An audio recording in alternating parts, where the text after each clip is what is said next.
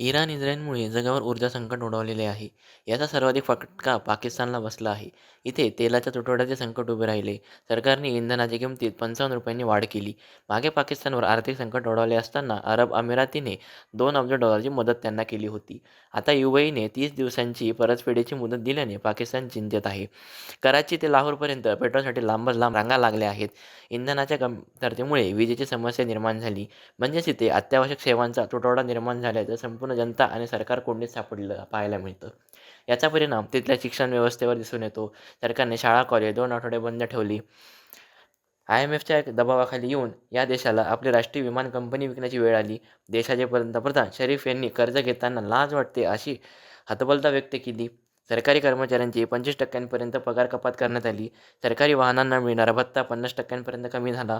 कार्यक्रम हे कार्यालयात होतील, खाजगी सभागृहात नाही. रुग्णवाहिका वगळता सरकारी वाहनांना मिळणारा भत्ता 2 महिन्यांसाठी 50% सुद्धा कमी करण्यात आला आहे.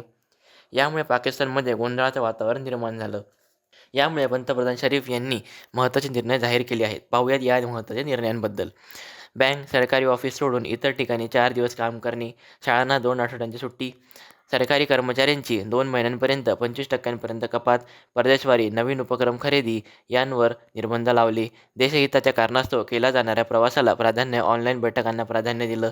सेमिनार, कार्यक्रम हॉटेलऐवजी सरकारी परिसरात घ्या किंवा कार्यालयांमध्ये आयोजित करा असं आवाहन केलं. यामुळे इतर देशांना कर्ज देताना सावधगिरी बाळगताना दिसत आहेत. कर्जफेडीचा कालावधी वाढवण्याची विनंती पाकिस्तानने UAEला केलेली आहे. याला UAE कसा प्रतिसाद देईल हे पाहणं अत्यंत महत्त्वाचं आहे.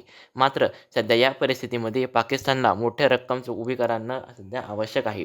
यावरून असं दिसतं की पाकिस्तानसुद्धा इराण-इस्रायल युद्धाचा मोठ्या प्रमाणात झळा बसत आहेत, जशा सध्या जगभर झळा बसत आहेत. यामध्ये आपण पाहिलं की सगळ्यात महत्त्वाची गोष्ट अशी आहे की जे IMF किंवा UAEने जे 30 दिवसांचं मुदत दिलेली आहे, त्यामध्ये जे पाकिस्तानला कर्ज फेडायचं आहे, हे सगळ्यात मोठं आव्हान सध्या आहे. कारण जे इराण-इस्रायल युद्धाचं संकट जगभर आहे, अशा संकटामध्ये जागतिक संकटात एखादा देश कर्जाच्या अवस्थेमध्ये असणं आणि त्याला 30 दिवसांची मुदत ही कर्जफेडीसाठी देणं, हे अतिशय चिंतेची बाब आहे. यावरून इतर देशांनीसुद्धा भविष्याचं किंवा पुढील वर्षाचं नियोजन करणं आवश्यक आहे. कारण हे युद्ध कधी थांबल आणि पेट्रोल डिझेलचा पुरवठा पुन्हा पूर्ववत कधी येईल हे कोणालाही सध्या सांगता येणं शक्य नाही. यामुळे प्रत्येक देशाने आपलं पुढचं नियोजन करणं हे आवश्यक आहे, जेणेकरून त्यांना पाकिस्तानसारखे परिस्थितीचा सामना करावा लागणार नाही. जी वेळ पाकिस्तानवर आली तशी वेळ इतर देशांवर येणार नाही. यासाठी आधीच सगळ्यांनी सतर्क राहून प्रत्येक देशाने पुढचं पाऊल उचललं पाहिजे आणि भविष्याचा विचार करून आत्ताच नियोजन केलं पाहिजे, जेणेकरून त्यांना असं संकट पुन्हा त्यांच्यावर येणार नाही. आपल्याला पाकिस्तानच्या सध्याच्या परिस्थितीबद्दल काय वाटतं हे आम्हाला कमेंटमध्ये सांगा आणि चॅनलला नक्की सबस्क्राईब करा. धन्यवाद.